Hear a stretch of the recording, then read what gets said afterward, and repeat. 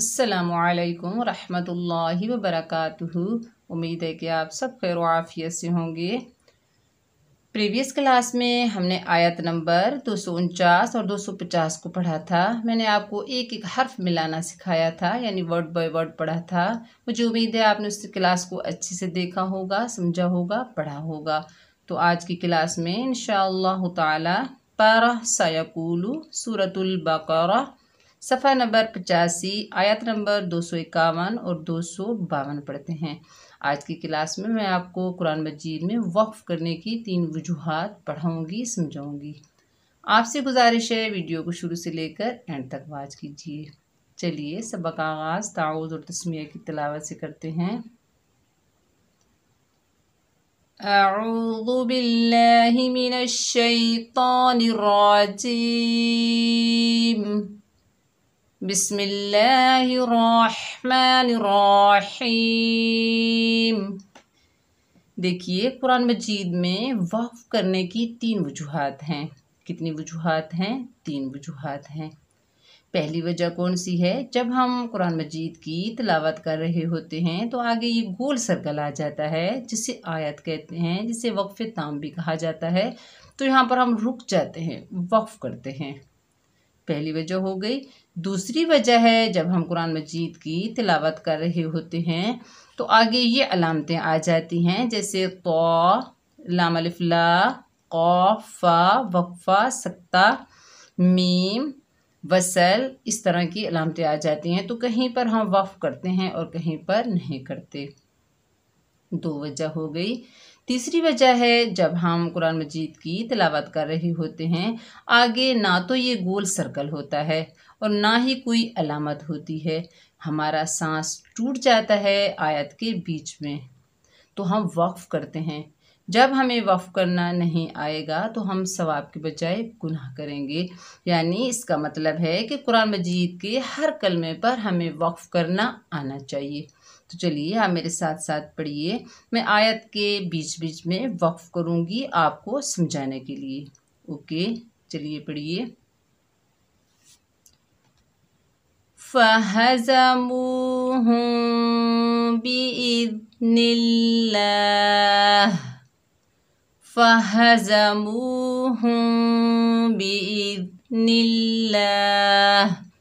देखिए आगे लाम अलिफ ला की अलामत है और नीचे क्या लिखा हुआ है? क़फ। किफ भी बोलते हैं, कफ भी बोलते हैं। तो हमने यहाँ पर वक्फ करना है। देखिए अगर ये जो लाम अलिफ ला है बिल्कुल अलहदा होता, इसके साथ कोई भी अलामत ना होती, तो हम यहाँ पर बिल्कुल भी नहीं रुकते, सीधा कंटिन्यू करते। तो अब हम यहाँ पर रुक सकते हैं क्योंकि ऊपर लाम अलिफ ला की अलामत है और नीचे क़ाफ और फा की अलामत है, क़िफ लिखा हुआ है। तो यहाँ पर हम वक्फ करेंगे इस अलामत को देखकर। ओके, अब हम आगे से शुरू करते हैं।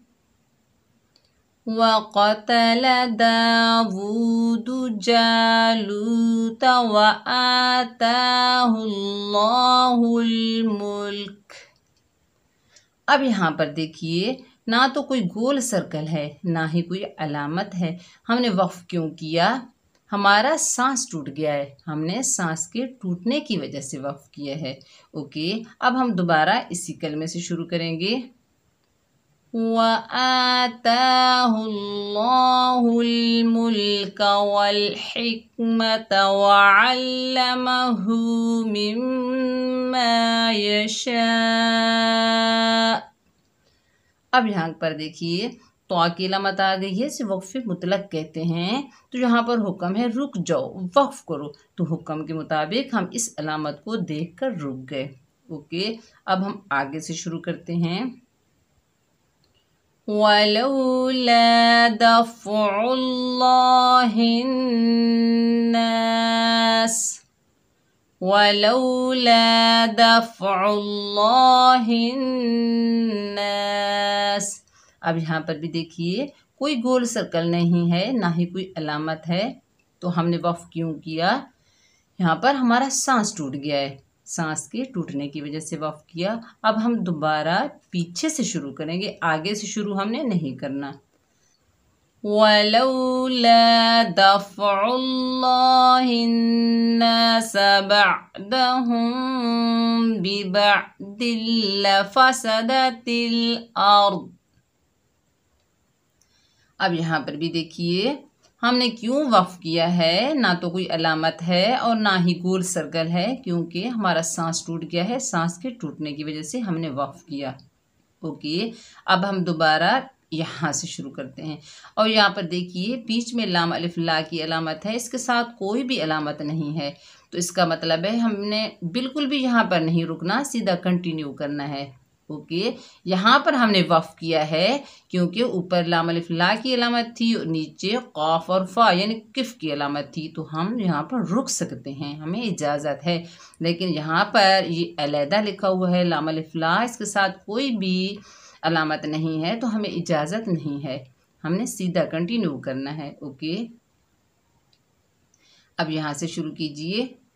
बिबअदिल लफ़सदतिल अर्दु वलाकिन्नल्लाह। अब मैं बीच बीच में वक्फ इसलिए कर रही हूँ आपको समझाने के लिए। यहाँ पर भी देखिए ना तो कोई अलामत है और ना ही गोल सर्कल है, तो हमारा सांस टूट गया है। जब सांस के टूटने की वजह से हम वक्फ करेंगे तो हम पीछे से मिलाएंगे। अब हमने दोबारा यहाँ से शुरू करना है। वलाकिन्नल्लाह ज़ू फ़ज़लिन अलल आलमीन।